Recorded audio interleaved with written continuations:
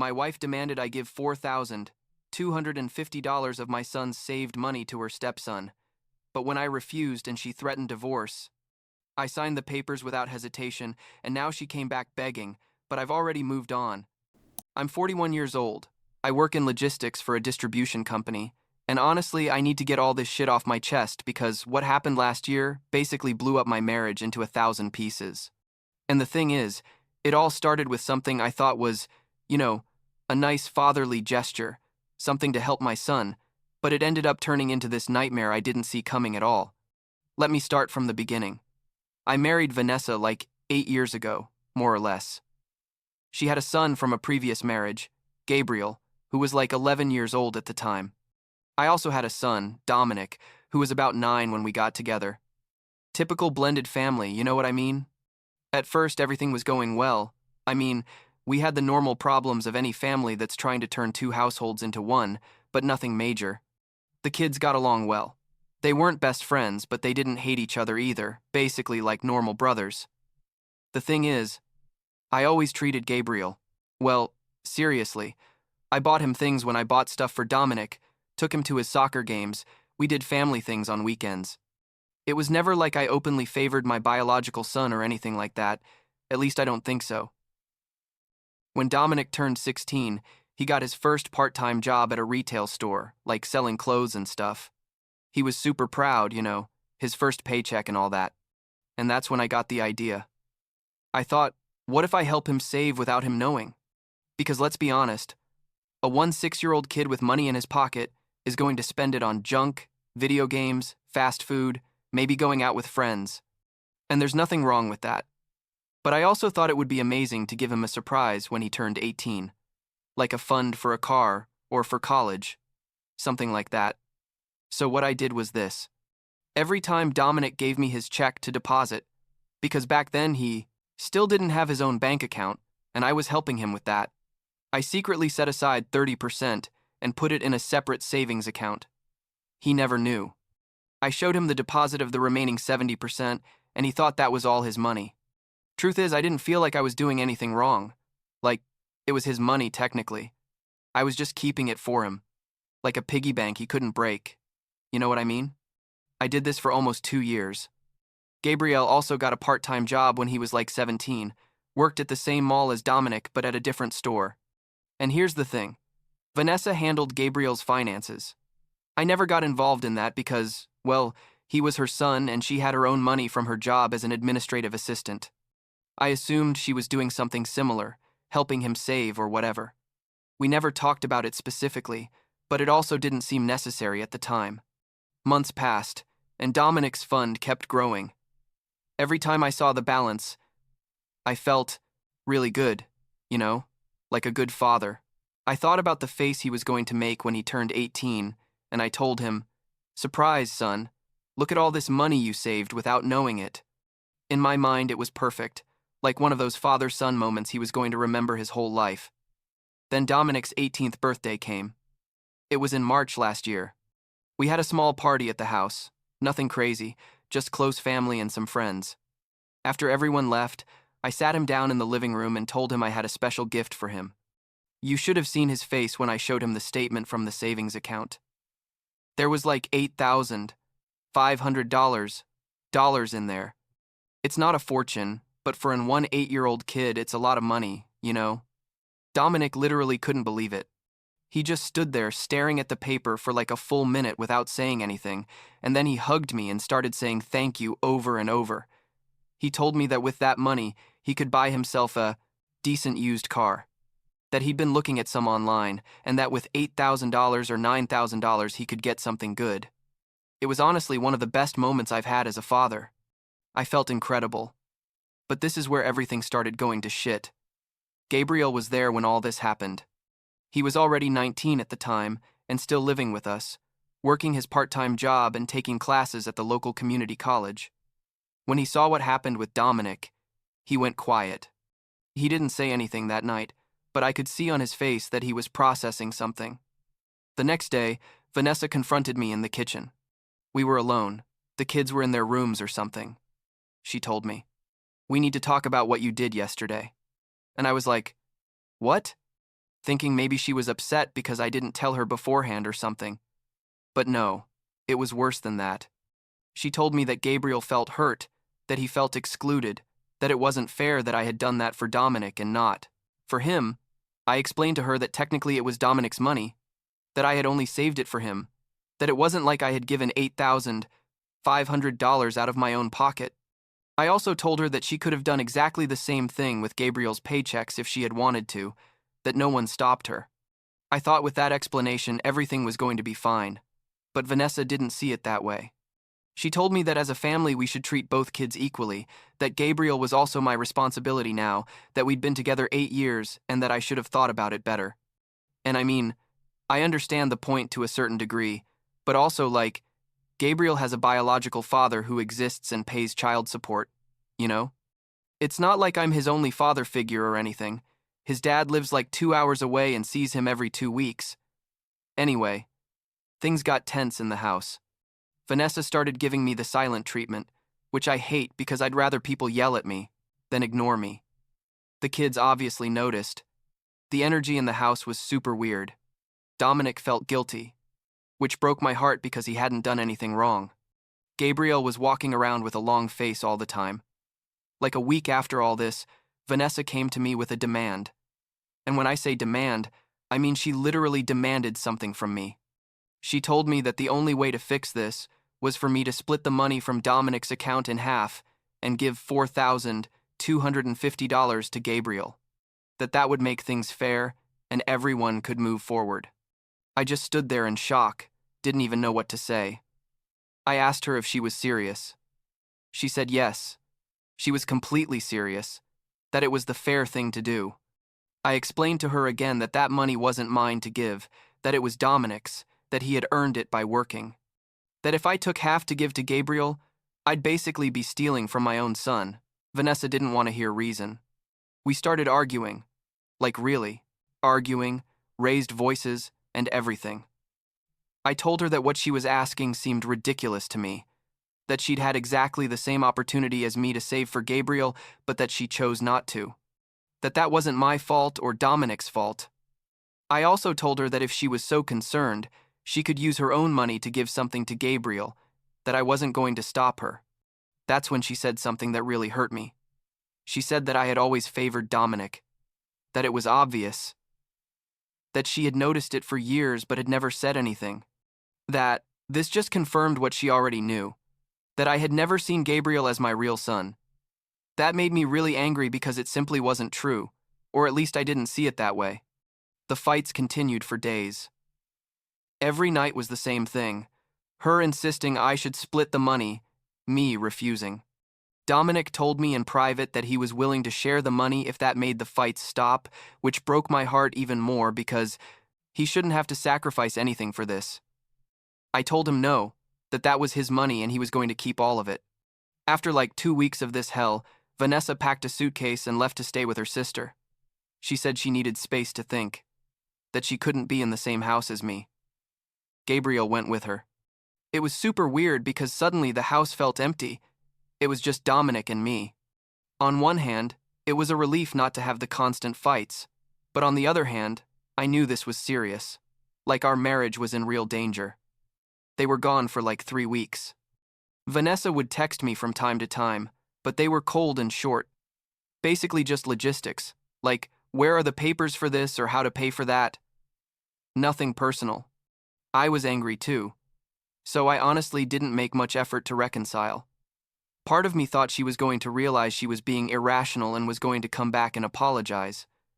That didn't happen.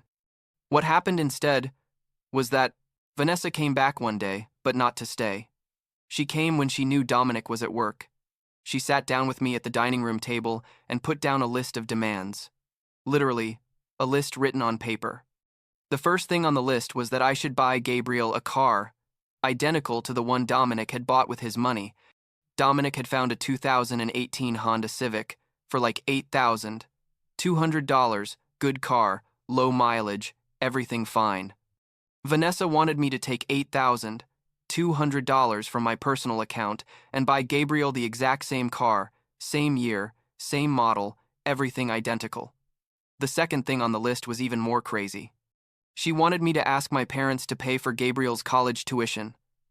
My parents have money. They're not rich, but they're comfortable. They're retired and everything. They had mentioned they wanted to help with Dominic's college when the time came.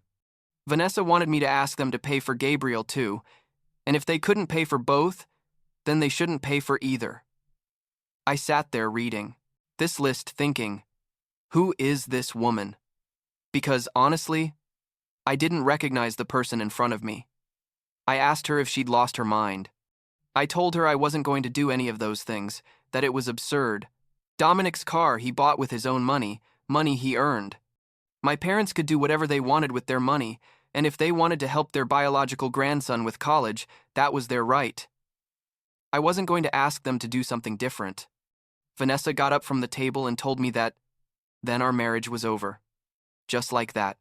She told me that clearly I was never going to treat her son fairly, that she couldn't be with someone who so obviously favored his own son over hers.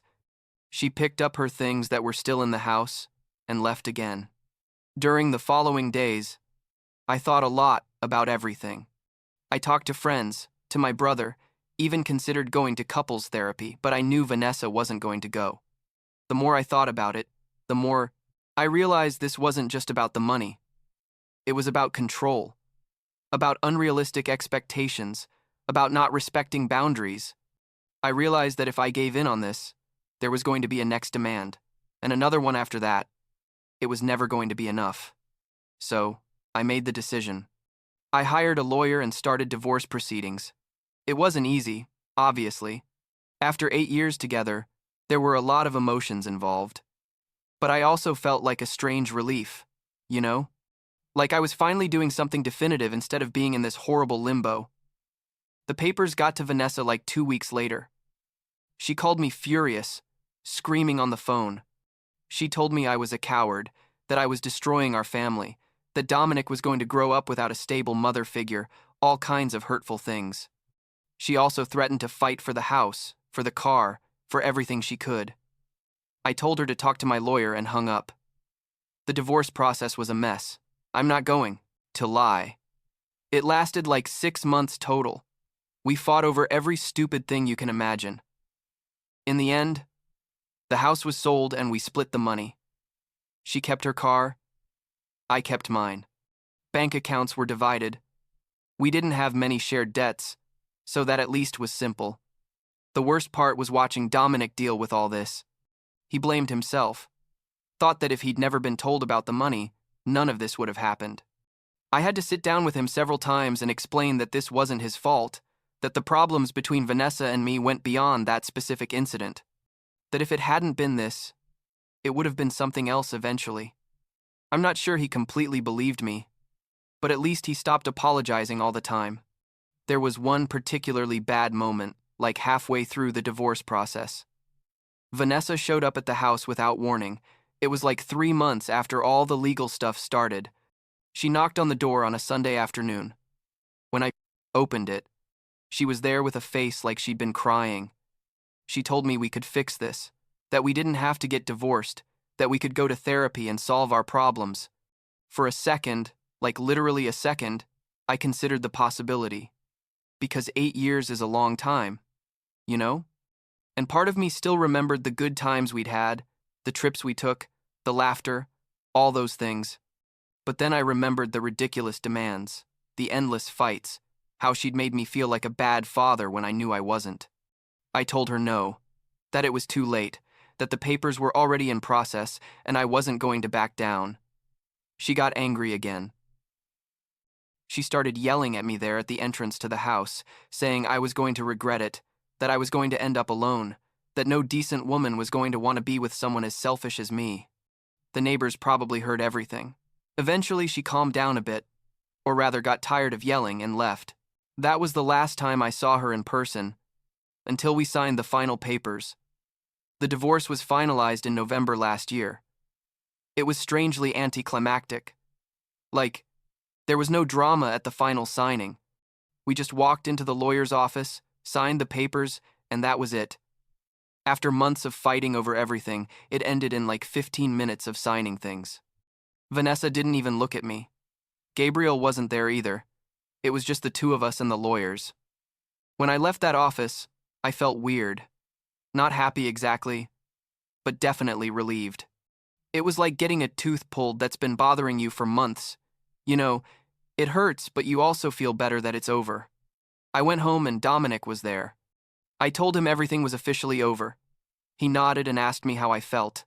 I told him honestly, I was fine, that this was the right thing. The months after the divorce were about adjustment, and the house had been sold, so I moved to a smaller apartment. 2 bedrooms, 1 for me and 1 for Dominic. It was different. Smaller, but also more manageable. I didn't have to worry about maintaining a yard or fixing things that broke in an old house. Dominic and I adapted quickly, truth be told. I started spending more time with my friends, something I'd neglected during the marriage without realizing it. I'd go out on Fridays after work, went to the gym more often, did things I wanted to do without having to consult with anyone or without feeling like it was going to cause a fight. It sounds selfish maybe, but it felt good to regain that sense of independence. Dominic was doing well too. His car was working perfectly. He used it to go to work and sometimes to go out with his friends. He was still working part-time while deciding if he wanted to go to college or maybe learn a trade. I wasn't pressuring him. I told him he had time to decide. My parents, by the way, did offer to help him with college when he was ready. But that was their decision, and Dominic was grateful. Like 6 months after the divorce, my friend Marco invited me for coffee on a Saturday morning. We went to this place I liked near the apartment. We were there talking about soccer and work when a woman approached our table. She was Marco's friend. Her name was Samantha. Marco introduced us, and she sat with us for a while. Samantha was 38, worked as an elementary school teacher, and had this energy like calm but interesting. You know what I mean? She wasn't super outgoing but not shy either. We talked about random things, about music, movies, our jobs. She laughed at some jokes I made, which is always a good sign. When she had to leave, Marco made that gesture. You know what gesture? Like eyebrows up and down. And I was like, yeah, man, I know. Marco gave me her number a few days later. Said she had asked about me. I sent her a message. Something casual like, hey, it was good meeting you the other day. We should go out for coffee again or something. She responded quickly and, like, yeah, I'd love to. We had our first real date, like a week later. It was different dating someone after so many years. I'm not going to lie. The last time I'd been in the dating world, I was like 30. Now I was 41. But with Samantha, everything felt easy, natural. There was no drama, no weird demands, no feeling of walking on eggshells waiting for something to trigger a fight. It was just 2 adults getting to know each other and having a good time. After like 2 months of dating, I introduced her to Dominic. I was nervous about that, like I didn't know how he was going to react after all the drama with Vanessa. But Samantha was amazing with him. She didn't try to be his best friend instantly or replace anyone. She was just kind, asked him questions about his interests, listened when he talked about his plans. Dominic told me later that he liked her, that she seemed genuine. That meant so much to me. Now, almost a year after everything exploded, things are good. Samantha and I are still together, taking it slow but like serious too, you know? Dominic is starting classes at community college in a few weeks. He decided to study something related to information technology. He's excited. I'm excited for him. I haven't talked to Vanessa since the divorce, apart from some messages about final legal papers that had to be signed. Gabriel sent me a message like 3 months ago, basically just saying he didn't have any resentment toward me and that he understood things got complicated. I replied that I wished him the best. I don't know if we'll have contact again. Probably not, but I was glad to get that message honestly. Looking back, I don't regret saving that money for Dominic. It was a good fatherly gesture and he used it well. I regret how I handled some of the fights with Vanessa. Maybe I could have been calmer or clearer at certain moments.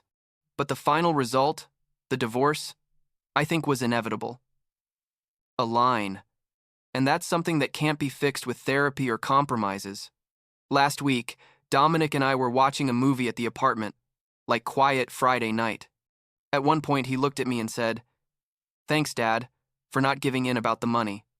I was like, You don't have to thank me for that. It's your money. And he said, No. Thanks for defending me even when things got ugly. That was hard to hear without getting emotional. I'm not gonna lie. I told him I would always defend him. That's what fathers do.